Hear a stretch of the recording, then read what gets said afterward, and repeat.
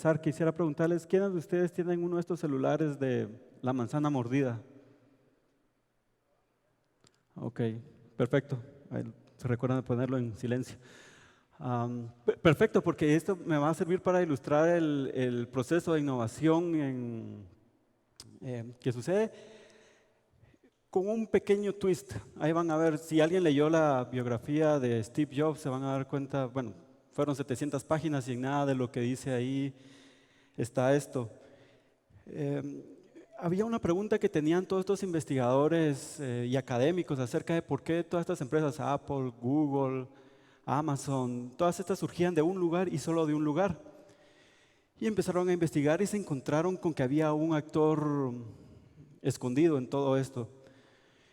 Escondido sobre todo en la tradición o en la forma de pensar americana, inglesa y ciertamente en Latinoamérica.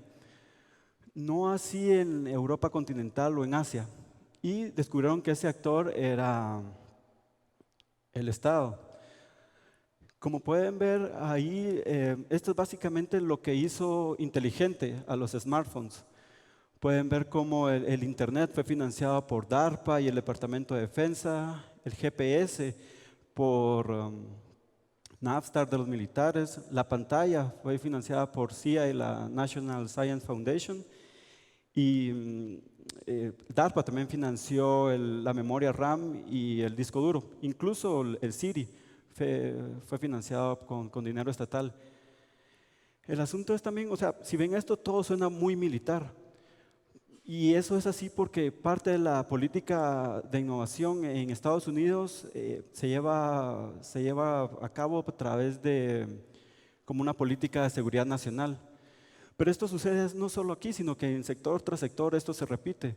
También es el caso de las medicinas. En el sector financiero, por ejemplo, el 75% de las nuevas entidades moleculares que son la innovación radical en medicinas es financiada o se desarrolla en laboratorios estatales de Estados Unidos. Esto no quiere decir que el sector privado no haga nada, porque sí hace mucho, pero en los últimos años se ha concentrado más de la parte de dejar un poco de lado la parte de investigación y hacer el desarrollo.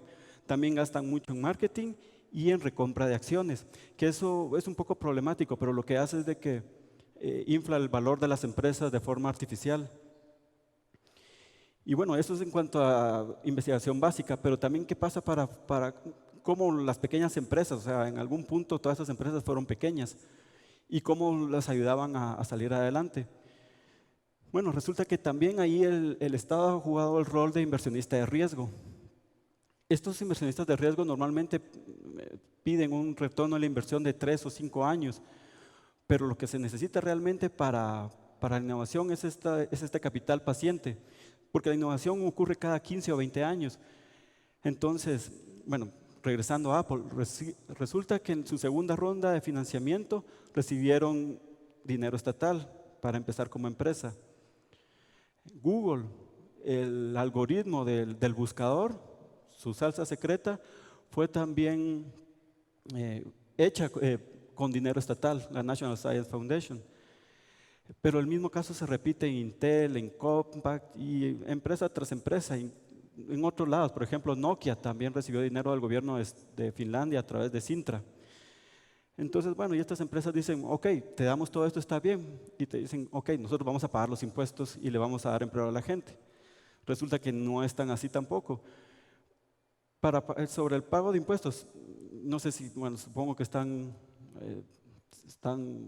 del asunto este que las empresas establecen empresas de cartón en paraísos fiscales y luego juegan con el dinero para pagar lo menos de impuestos. Y cuando digo lo menos es lo menos. Y los empleos, bueno, los empleos vienen y dicen, ok, sí, vamos a darle empleo a la gente y todo, pero también es problemático porque los empleos los exportan. Y eso no es que esté malo, porque esa es parte de la globalización, pero es esta narrativa, ¿verdad? O sea, lo que pasa es que con esta narrativa las consecuencias trascienden la política de innovación. Y en eso, por ejemplo, tenemos el caso en Guatemala, que si revisan el presupuesto nacional, 11 millardos se van al pago de intereses a la banca privada sobre los préstamos y el presupuesto de salud de 5 millardos. O sea, es más del doble de lo que se paga en impuestos. Entonces, bueno, eso es cuando trasciende, pero también de dónde, o sea, la innovación, ¿qué ha pasado? Ahí está, ese es el rol más o menos que ha jugado el Estado. O sea, la innovación radical no es acerca de mejorar continuamente algo, sino que es acerca de pensar diferente. Y bueno, ¿qué ha pasado con la innovación? Bueno, podemos ver de que antes de los 70s, esto está muy simplificado, pero antes de los 70s la infraestructura vial, la aviación y la energía nuclear fueron desarrollados por el Estado. Y después de los 70s, Internet, la biotecnología y los viajes espaciales también fue desarrollado. Aún hoy, por ejemplo, el caso de Tesla. Tesla recibió casi 5 billones de dólares también en subsidios. O sea, eso ha pasado y sigue pasando. Pero bueno, ¿qué viene después? No sabemos a ciencia cierta qué va a pasar con la siguiente revolución industrial, pero lo que sí sabemos es quién está financiando qué.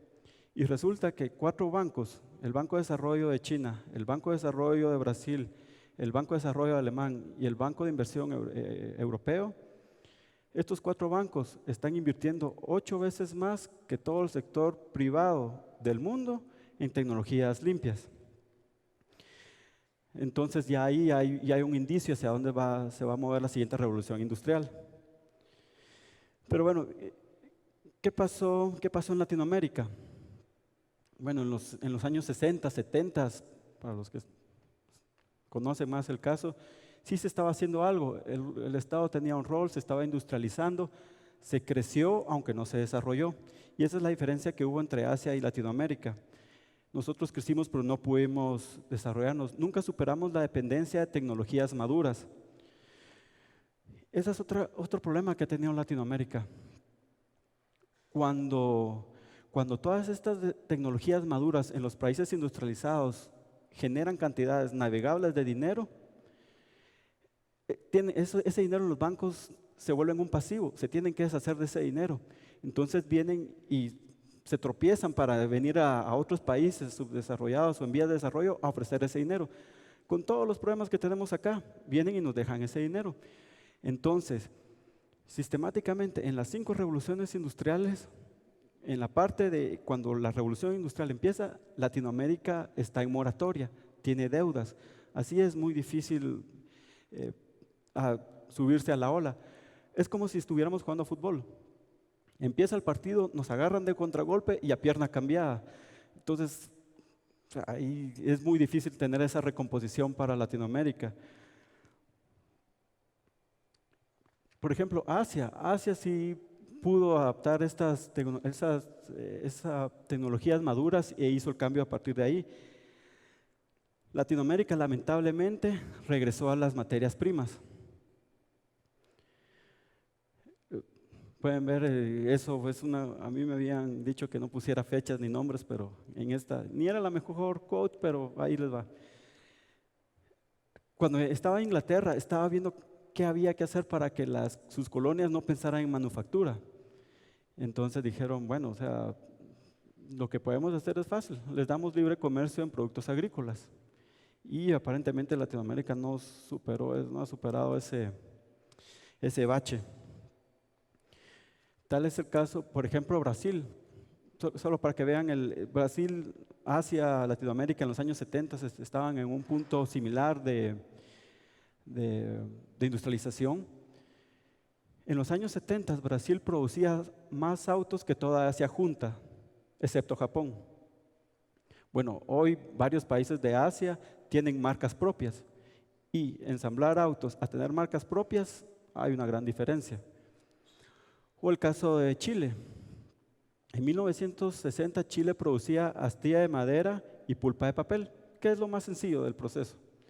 Y Finlandia producía astilla de madera y pulpa de papel. Ok, hoy Chile sigue exportando astilla de madera y pulpa de papel y Finlandia produce la maquinaria para procesar la madera. O sea, ahí hay algo. ¿Y qué es lo que pasa? Más adelante les van a comentar un poco de esto, pero ¿qué pasa con la desindustrialización? O en el caso de Latinoamérica, prematura desindustrialización. Históricamente, cada vez que se remueve la industria, la población emigra. El caso de Letonia, ellos cuando se empezaron, a partir de los 90, cuando se desindustrializaron, el 20% de la población emigró.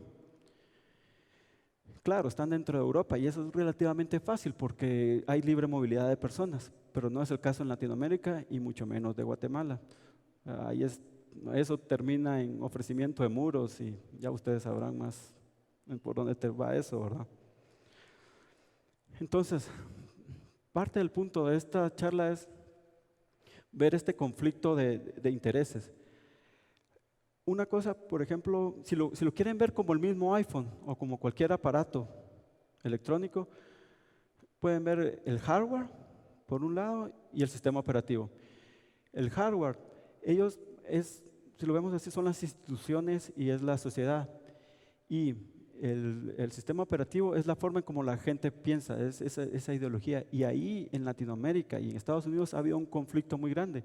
Y si eso es así, el aparato no funciona. Caso contrario, y otro donde es evidente que existe esa simbiosis, es Estonia.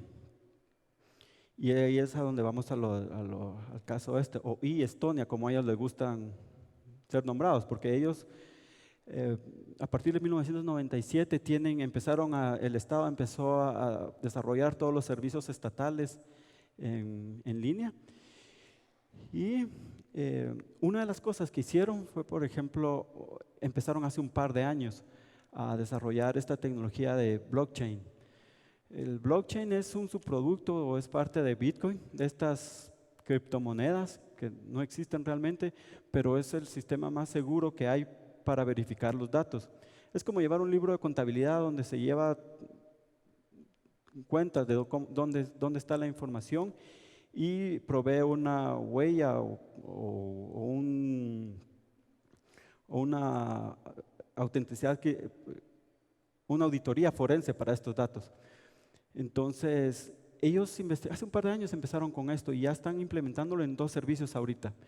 Uno es para hacer votaciones en juntas directivas, para que los accionistas puedan votar en sus juntas directivas, y la otra es para garantizar la integridad de los récords de los pacientes en Estados Unidos, en Estonia, perdón. Ellos, por ejemplo, ellos tienen el eHealth, ellos tienen el récord de toda la población, el sistema público, y ellos tienen que asegurar que esa información no